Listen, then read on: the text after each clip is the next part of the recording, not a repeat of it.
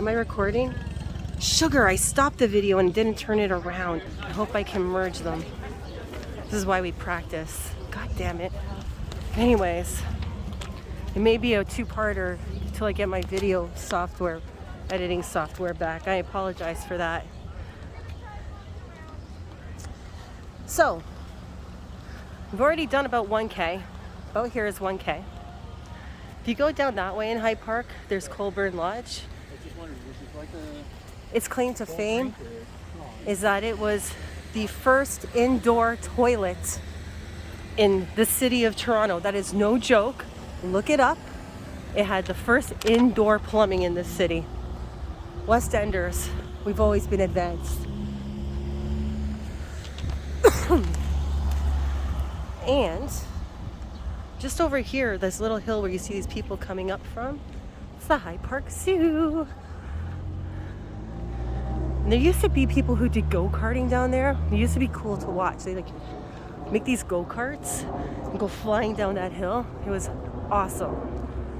As you can see, we're still on a sidewalk. And for safety, we are going to cross the sidewalk.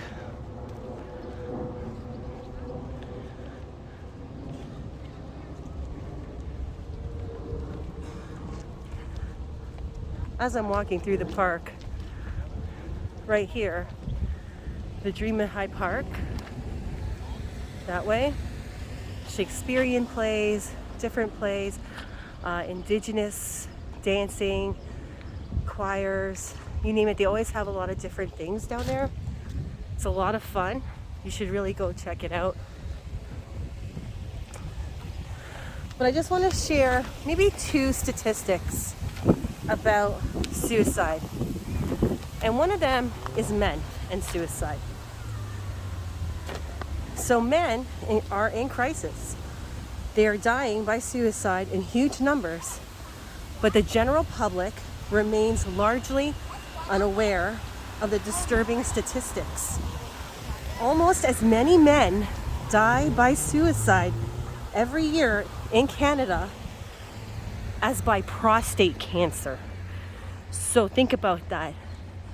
As many men in Canada die by suicide in 1 year as many men who have and pass from prostate cancer. Recent rates of suicide remain consistently high, and the stigma surrounding depression and suicide is never ending.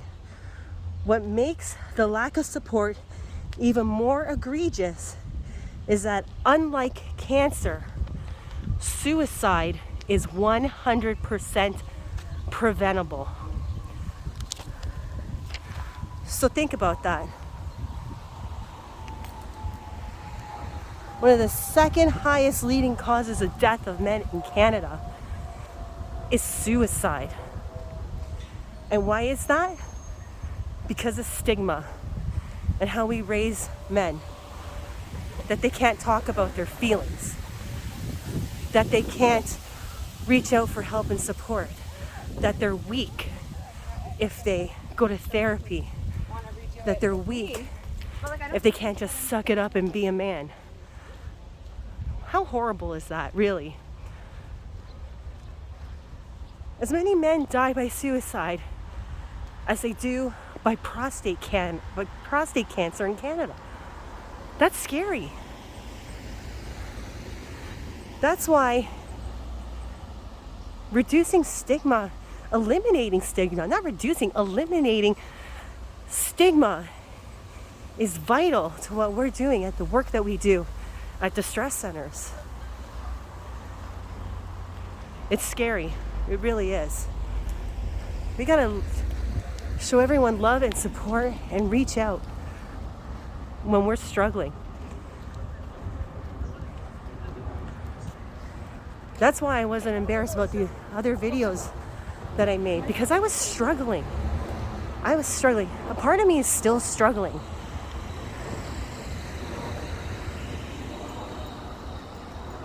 But I've reached out and I've gotten tremendous support.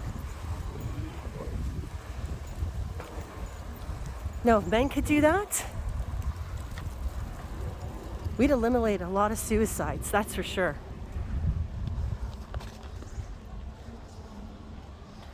I want to read another statistic about youth and suicide. The rate of suicide has doubled for girls in the age of 10 to 14 and has risen 50% for those aged 15 to 19. The rate for boys in both age groups has decreased by 25 to 50%. Meanwhile, despite, and I'm reading these because I don't want to say anything incorrect. Hold on, the wind.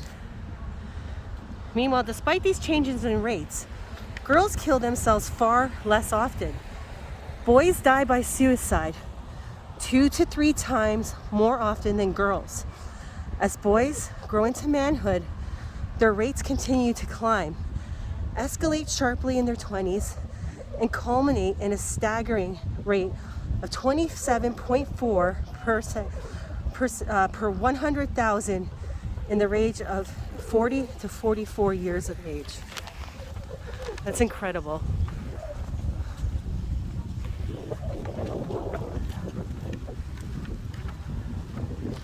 It's kind of staggering when you sit and think about it, you know? And then the last stat, because you'll see these stats in the park that day when you come out. But I want to share just a few more statistics with you that are very important. And I apologize, I don't have a gimbal to kind of keep things straight as I go through my papers. But I want to address one special group of people that we do work with at the stress centers of Greater Toronto. And those are the people who have lost someone they care about to suicide. We call them survivors of a suicide loss. And losing a loved one to suicide is a traumatic experience. Individuals who have lost a loved one to suicide can who have lost a loved one to suicide can experience a form of grieving that is especially intense. The experience can be further exasperated by social stigma around suicide. For every one suicide, 7 to 10 people will be permanently affected by the loss and be placed in significantly higher risk to also end their life by suicide. A lot of the people we have a team SSP in our walk this year. They're powerhouses of fundraising. And what's amazing about many of our SSP clients, they move on to become volunteers with the stress centers of Greater Toronto. We find that peer-to-peer support is one of the best things to help people navigate through these types of loss and grief. And I can't tell you how many people who have come back to our organization after being in our individual and group counseling groups, and they come back and volunteer to help other people navigate this loss. It is completely incredible, and we cannot thank them enough for coming back and helping others.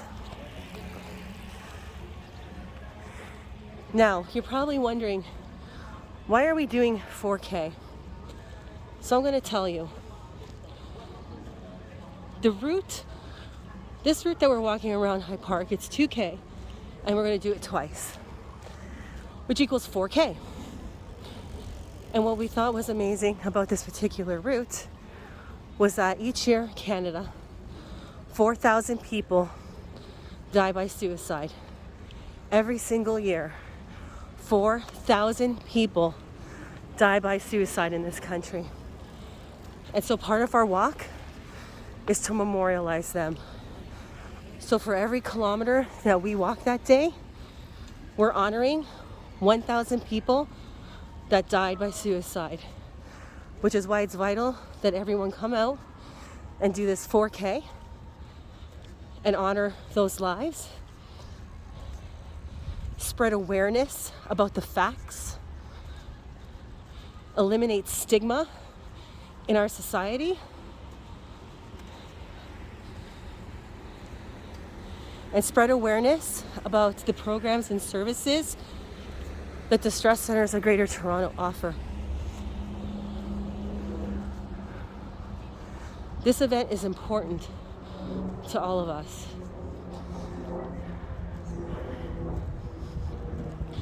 So, I guess my call to action for all of you at this point would be this. If you could support me with a donation, any amount is appreciated, and support my efforts in this walk. As you can see, I just walked 2K around the park, and I'm going to be doing it again and making a subsequent video for our YouTube channel at work, letting people know about the event and the logistics of the event.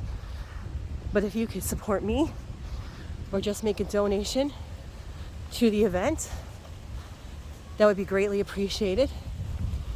If you want to register to come out and maybe form a team, please do so. If you don't like donating online and would prefer to e-transfer me, that's no problem. I've had a few people do that already. You can send e-transfers to tmonks, M-O-N-K-S. Oh no, that's not my email address. So tmonks@dcogt.com is my work email address. If you would like to have any questions answered, learn more, you're free to email me. We are looking for some sponsors. We're looking for a $5,000 dinner sponsor and a $5,000 tech sponsor. Our website again, tinyurl.com/DCGT walk. And see, I just finished the route. We're right back to where we started. Bloor Street's right there. That was 2K. We stopped for water. Didn't take all that much time. And looks like I'm gonna have to do a two-parter because I hit stop recording like an idiot. So please forgive me. But if you want to send me an e-transfer to support me in my efforts, you can do that at taramonks75@gmail.com. When you do that, please leave a message saying your mailing address so I can ensure that you receive your tax receipt, because everyone who does donate will get a tax receipt, and I want to make sure you get it. Again, you can donate to me online. You can look me up. I'll put all the descriptors in the box below. Anyways, so thank you for watching this far, letting me practice my stuff here, and I'm gonna take a 2-minute rest and then go right back to the front gates and walk around again to film something for my work channel. And I'm really excited about this, so if you could come out that day, that would be awesome. I would love to meet you all. Come out and support. It's gonna be fun. You can even buy dinner in our shop on the website. So you could just come out at 6:30, check out our silent auction, maybe make a $20 donation while you're here. And it's gonna be fun. And there's oh wait, let me spin this around. There's the train. You guys could even hop on that and drive around. I think it's $4 or $5, something like that. I'm not sure anymore. I've been on that since my girls were little. Oh, I don't know what he's yelling, but he's having a good time. He always wears that top hat too. So, I would love it if you could come out. I would love it if you could support in any way. If you're interested in volunteering, email me my work address. I will put you in touch with a person who you could speak to about volunteering. We put you through extensive training to be able to answer these lines. So you can also look at that. Hi! I love little kids, they're so cute. So that's it for me for today. I will be uploading the regularly scheduled Hump Day vlogs on Wednesdays. This Wednesday's vlog will be about being thrown back to the wolves of the online dating game.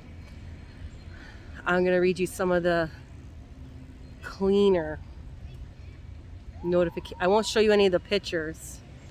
I have at least 80 by now, but I will send you some of the